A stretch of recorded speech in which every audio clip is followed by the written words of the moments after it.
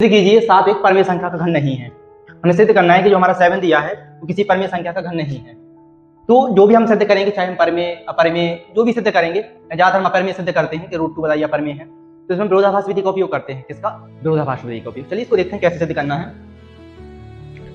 तो 7 एक परमेय संख्या घन नहीं है, वो कह रहे हैं नहीं है, हम कह रहे हैं कि है।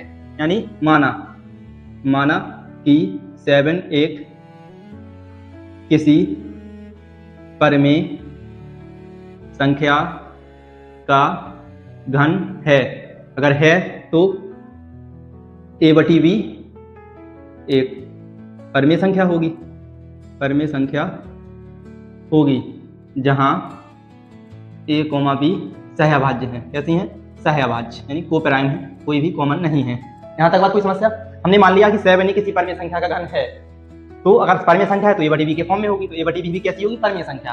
तो a/b कैसी है? सहअभाज्य, क्योंकि इनमें कोई भी कॉमन नहीं होता है।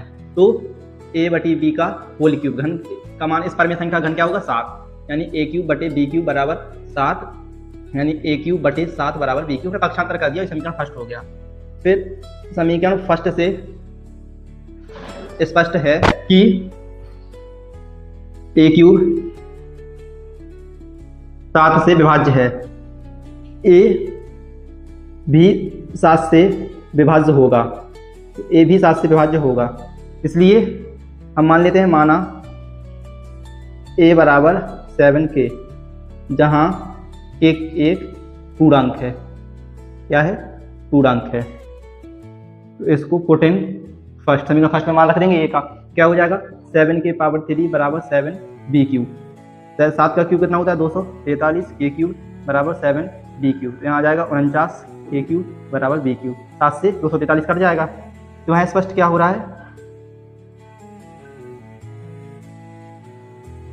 कि जो अपना b है, b यहाँ पर हम k³ निकालना चाहें, k की वैल्यू तो क्या आएगी? 49।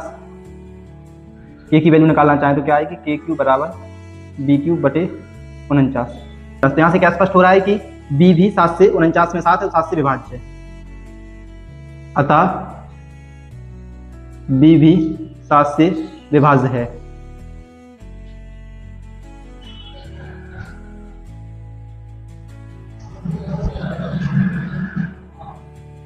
b भी 7 से विभाज्य है, तो a भी 7 से विभाज्य हो गया, b भी 7 से विभाज्य हो गया है। a और b दोनों 7 से विभाज्य हैं, दोनों 7 से विभाज्य हैं। हमने तो माना था कि a और b कैसा है? सहअभाज्य है।